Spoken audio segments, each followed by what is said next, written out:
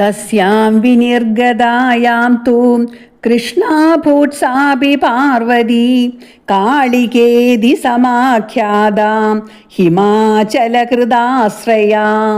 തസ്യാം വിനിർഗതായാം തു കൃഷ്ണാഭൂത്സാപി പാർവതി കാളികേതി സമാഖ്യാത ഹിമാചലകൃതാശ്രയ.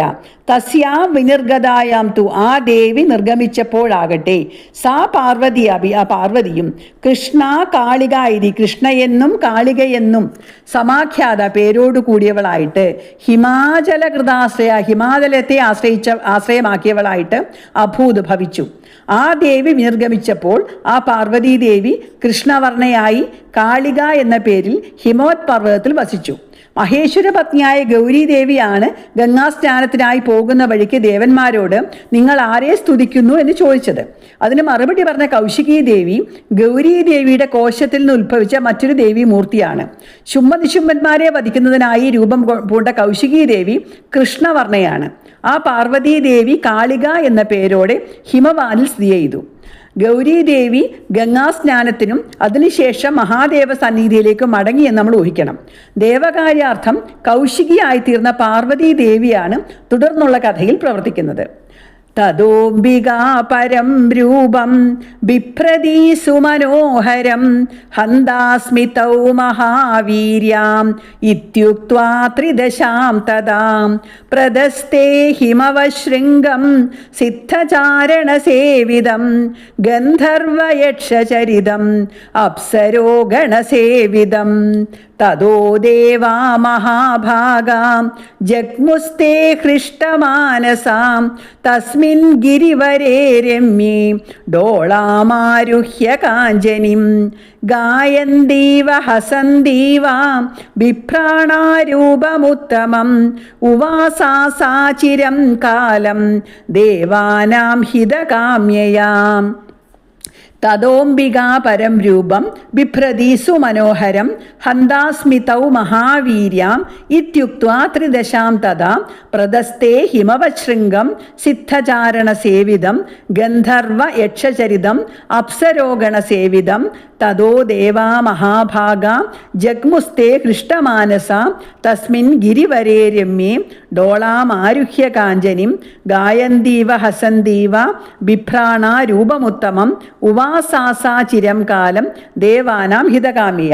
ഈ 4 ശ്ലോകങ്ങളും മന്ത്രസംഖ്യയിൽപ്പെടുത്തിയിട്ടില്ല, കഥാപൂർത്തിക്ക് ചേരുന്നവയാണ് താനും. ഇവ പാരായണത്തിൽ ഉൾപ്പെടുത്തുന്നത് കൊണ്ട് മന്ത്രഭംഗം ഉണ്ടാകുന്നുമില്ല, അതുകൊണ്ട് ഇവിടെ ചേർക്കുന്നു. തഥ അംബിക, പിന്നെ അംബികാദേവി സുമനോഹരം പരം രൂപം ബിഭ്രതി, അതിമനോഹരവും സർവാതിശായിയുമായ രൂപം ധരിച്ചുകൊണ്ട് തൗ മഹാവീരോ, ആ 2 മഹാവീരന്മാരെ അല്ലെങ്കിൽ ശുംഭനിശുംഭന്മാരെ ഹന്താസ്മി, ഞാൻ കൊല്ലുന്നുണ്ട്.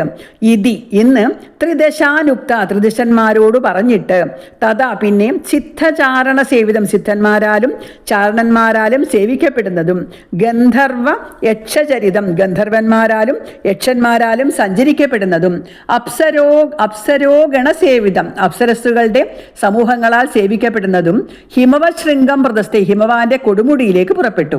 തദനന്തരം മഹാഭാഗന്മാരായ തേ ദേവ, ആ ദേവന്മാർ ഹൃഷ്ടമാനസ, സന്തോഷിക്കുന്ന മനസ്സുള്ളവരായിട്ട് അല്ലെങ്കിൽ സന്തുഷ്ടരായിട്ട് ജഗ്മു പോയി. സ, ആ ദേവി തസ്മിൻ ഗിരിവരെ, ആ ശ്രേഷ്ഠമായ പർവ്വതത്തിൽ അല്ലെങ്കിൽ ഹിമാലയത്തിൽ കാഞ്ചനിം ഡോളാം, പൊന്നൂഞ്ഞാലിനെ ആരോഹണം ചെയ്തിട്ട് ദേവാനാം ഹിതകാമ്യ, ദേവന്മാരുടെ നന്മയ്ക്ക് വേണ്ടി ചിരം കാലം, വളരെ കാലം ഗായന്തി ഇവ ഹസന്തി ഇവ, പാട്ടുപാടിയും ചിരിച്ചും രൂപം ഉത്തമം ബിഭ്രാണ, ഉത്തമമായ രൂപത്തെ ധരിക്കുന്നവളായിട്ട് ഉവാസ വസിച്ചു. പിന്നെ അംബികാദേവി മഹാവീരന്മാരായ ആ 2 അസുരന്മാരെയും ഞാൻ വധിക്കുന്നുണ്ട് എന്ന് ദേവന്മാരോട് അരുളി ചെയ്തുകൊണ്ട് അതിമനോഹരമായ രൂപം ധരിച്ച് സിദ്ധന്മാരാലും ചാരണന്മാരാലും അപ്സരസ്സുകളാലും സേവിക്കപ്പെടുന്നതും ഗന്ധർവന്മാരാലും യക്ഷന്മാരാലും സഞ്ചരിക്കപ്പെടുന്നതുമായ ഹിമവത് പർവ്വതത്തിലെ കൊടുമുടികളിലേക്ക് പുറപ്പെട്ടു. ദേവിയുടെ വാക്ക് കേട്ട് മനസ്സു തെളിഞ്ഞ മഹാഭാഗ്യവാന്മാരായ ദേവന്മാർ മടങ്ങിപ്പോയി. ദേവി ആ പർവ്വതത്തിൽ ഒരു പൊന്നൂഞ്ഞാലിൽ കയറി പാട്ടുപാടിയും ചിരിച്ചും അതിശ്രേഷ്ഠമായ രൂപത്തിൽ വളരെ കാലം വസിച്ചു.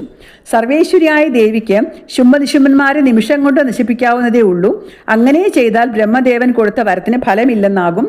ദേവി ശുംഭനിശുംഭന്മാരെ നശിപ്പിക്കാനുള്ള കാലം പ്രതീക്ഷിച്ച് ഹിമവശൃംഗത്തിൽ വളരെ കാലം വസിച്ചു.